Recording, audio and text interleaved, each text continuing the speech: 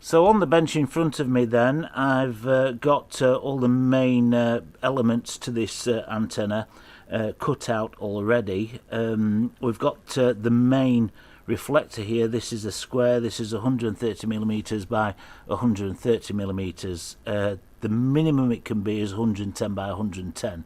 So if you've got yourself a case to put this into, and it's a little bit smaller than 130, you can cut it down to 110 by 110, but no more than that. This is the secondary reflector. This is a circle of the brass here. It's 73 to 72mm diameter. You really need to be in that ballpark. You can't change the diameter of this. So 72 to 73mm for that diameter for the secondary reflector. I've also got some lengths of tubing here. This is 8mm diameter tubing, and these are cut off to exactly 37mm. Again, you're going to have to be very precise with that measurement, 37mm, and we're going to need 4 of those. For the elements themselves, I've got some lengths of brass here. This is 150mm long, and it's 7mm wide. We're going to need 4 of those, and I've also got a length of strip of brass here. I think this is about 90mm, but we only need 2 lengths at 20mm long, and this is 7.5mm wide, so a little bit wider than these here. So we've got that for the main driven elements, and I've also got a couple of pigtails here that are already crimped onto some SMA connectors here, onto some coax, and that's how we're going to feed and connect to our antenna. So these are the main parts of the antenna. I will do a proper PDF for you to download, so you've got all the measurements. This is just my notes as I've been going along so far. Now the first thing we're going to have to do is we're going to have to solder the tubes onto the middle of the reflector here. These are the 4 tubes. We're going to solder those down onto there, and this is probably also the trickiest part of this build as well, but hopefully the technique that I show you will make it a little bit easier for you. So I've got my back reflector here, and I've marked a cross in the center, just measuring corner to corner.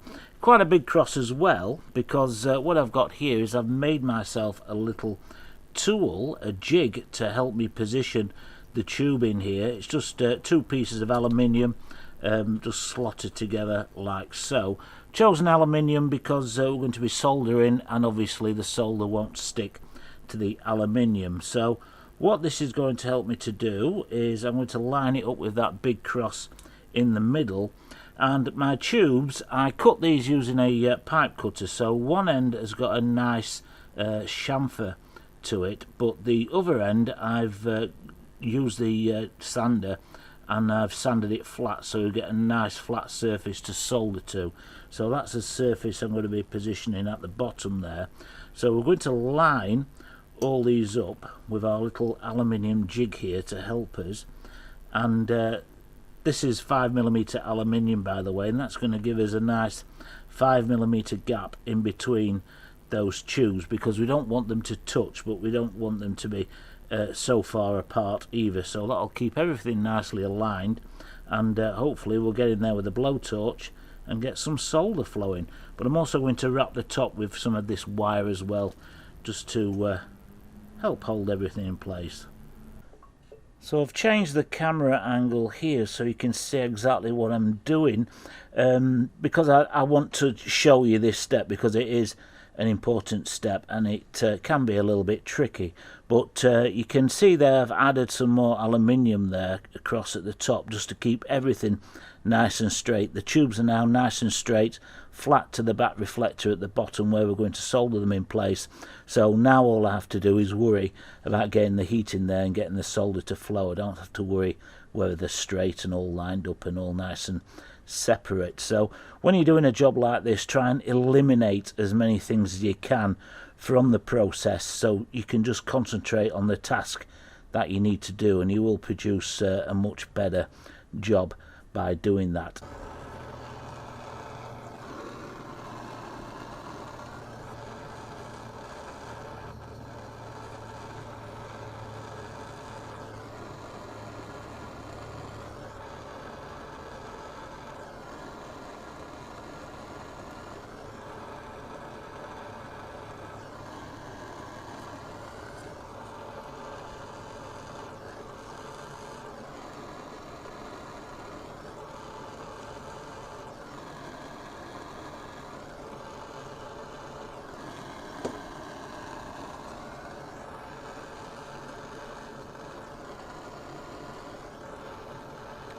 So as I say, not a lot of solder, just enough to flow in there so we get a nice contact. Now next I need to take the secondary reflector, the circle that we've cut out, and I need to position it 20mm from the main back reflector. So I've got a couple of spaces here, that couple of pieces of wood that I've cut off at 20mm here, so I can use them to place like so, and then I know that I'm 20mm away from the back reflector when it's sat on top of those.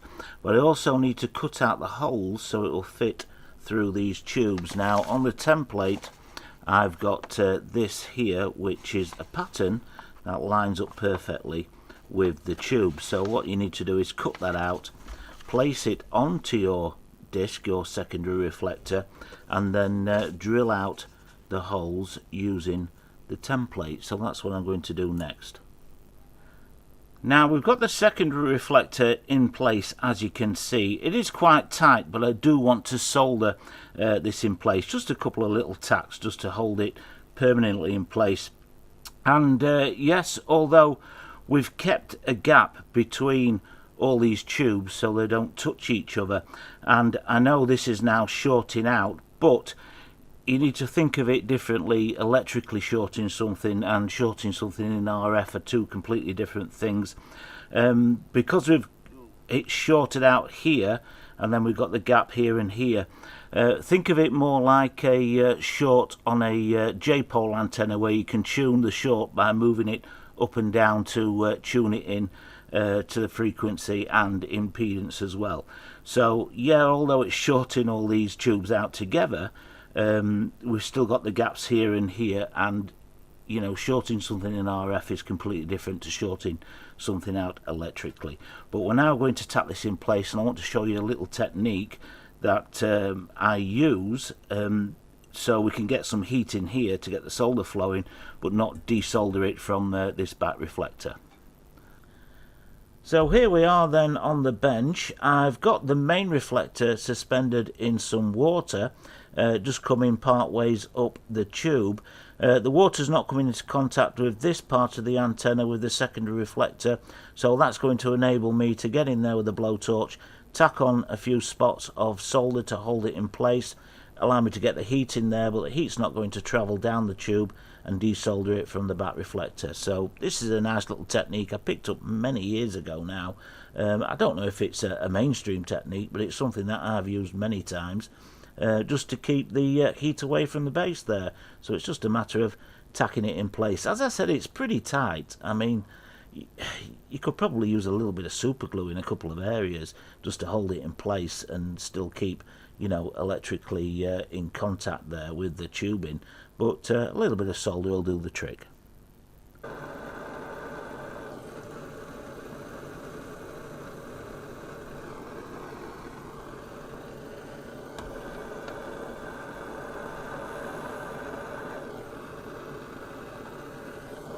So next I want to drill a couple of holes down two of the tubes. I'm going to drill down this one and then this one either side. The other two you don't need to. So we can feed the coax up through the tube to feed the antenna. And this little bench drill press, a few people have asked previously in other videos, this really is a neat tool. It's not expensive. It's not the most accurate drill press in the world. I still have my big one behind me on the other side of the workshop. But just to have this on the bench to do little jobs like this really makes life easier. I think you can pick these up for about £50 off Amazon. So now that I've got the holes drilled, I've prepared the coax, as you can see here. I've cut away a lot of the outer braid and just made this little bit of the bottom to solder on to the back reflector. That's going to go up through one of the holes. We're going to solder it onto the back there, with enough sticking out of the top for us to work with to solder on the main driven element. So that's what I'm going to do now, clean up a little bit of an area, get some solder in there and connect both cables.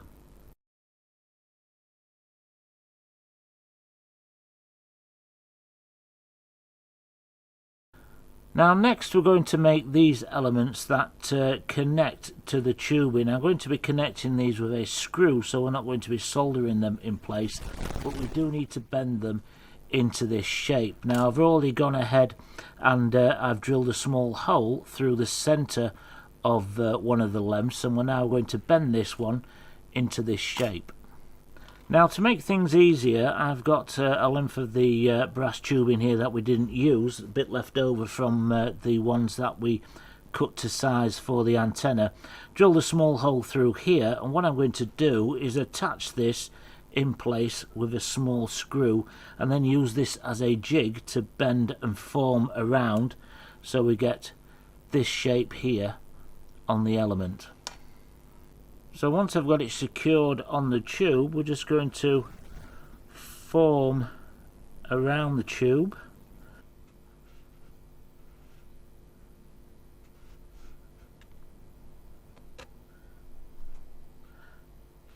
And once we're happy with it, I'm going to put my first couple of bends in there.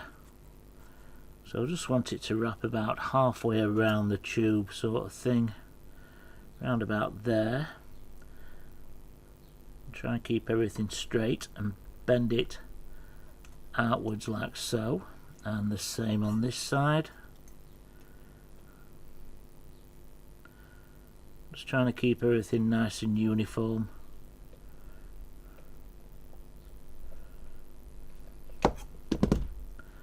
So we've got that kind of shape going on. Now once we've got it into this position, I'm going to put my first measurement in, and we're measuring here, which is a 30mm length. So I'm just using my ruler, putting it up to that bend that we've just put in, and then putting a little mark at 30. And the same on the opposite side.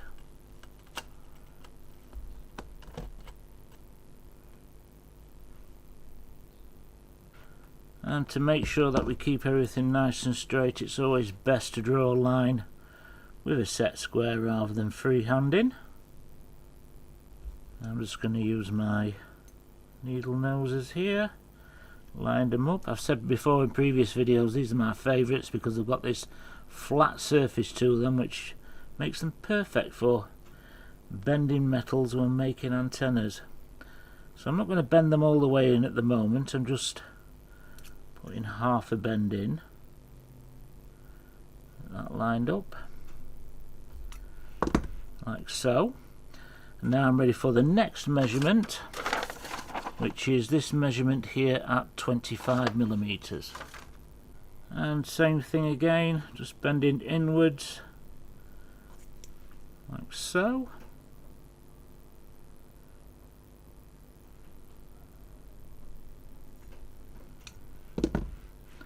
Now the final measurement is these two here, 10mm, and I've got excess, so I'll be able to measure 10mm and then cut off any waste from those ends. And because it's only 0.5mm, you can just cut this off with a pair of scissors.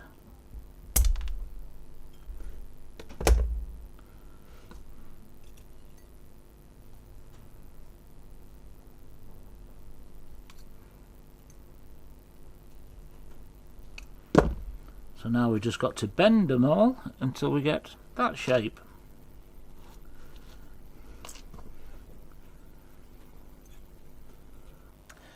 Now I'm getting ready to screw these elements in place, and I've took the time to build a little platform the right height to hold the elements exactly where I want to screw them in. I'm also going to put some masking tape on these as well so they're not wobbling around, and what that enables me to do is just concentrate on drilling and tapping the hole and screwing it in place rather than having to hold one of these and getting all wibbly wobbly and making a bit of a mess of it. It just, you know, a little step like that just helps you out with the build itself.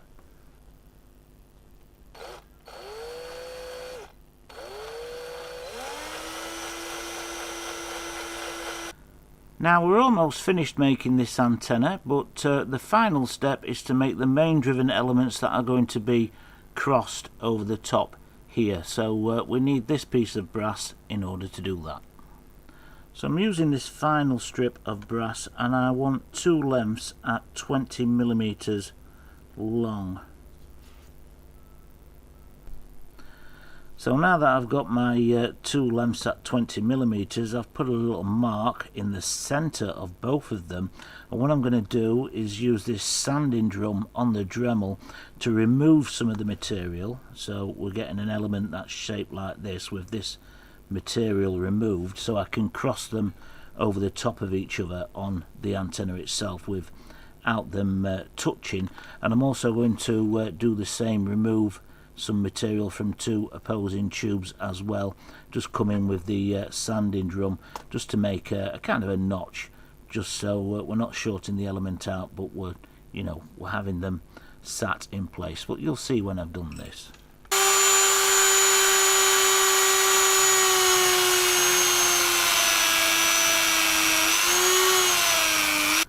So hopefully you can see now that I've got the two elements how I want them, and that's how they'll sit crossing each other like so. So that's why we need to grind these two pieces out. This is quite a simplified version from what I was working with. You can see here on this prototype a little bit more elaborate and a little bit more work to do compared to this, but having these two elements just performed exactly the same as having these two more basic shapes. So you might as well go with the more basic shapes, because at the end of the day this build is a little bit more elaborate, got a lot more moving parts than most antenna builds, and that's to enable us to get all the frequencies that we want to hopefully hit with this antenna.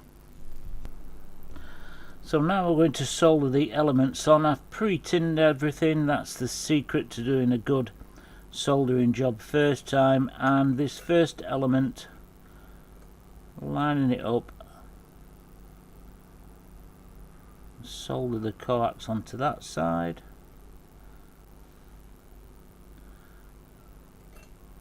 And then we want to come in with a soldering iron. I've pre-tinned everything and solder it up to the side of that tube. So basically it is a shorter design.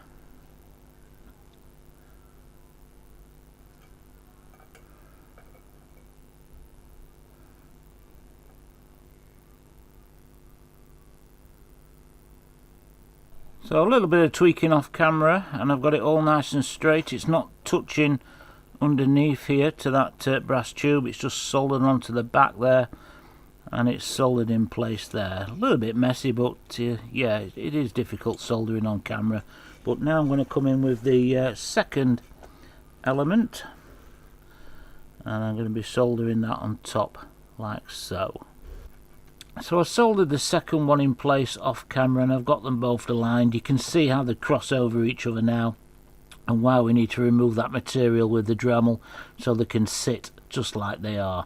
So hopefully now we've got a nice 5G antenna that's going to hit all the frequencies that we require it to.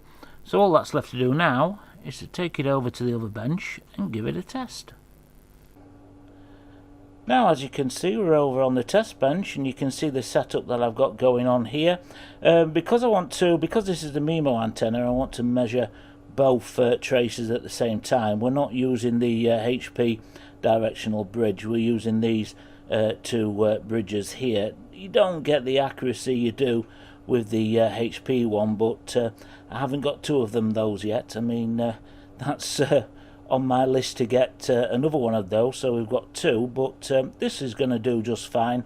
And what I'm doing first is scanning the 5G frequencies at the 3 GHz to 4 GHz range.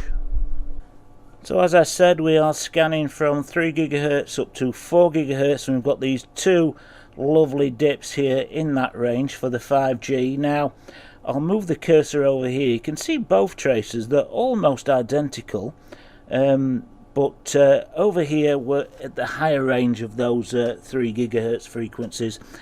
Here in the UK I haven't looked for a bit, but Vodafone use the slightly higher frequencies around 3.6, 3.7 gigahertz. If we look on trace 1, we're hitting 3.6 gigahertz there. Trace 2, slightly higher at 3.7.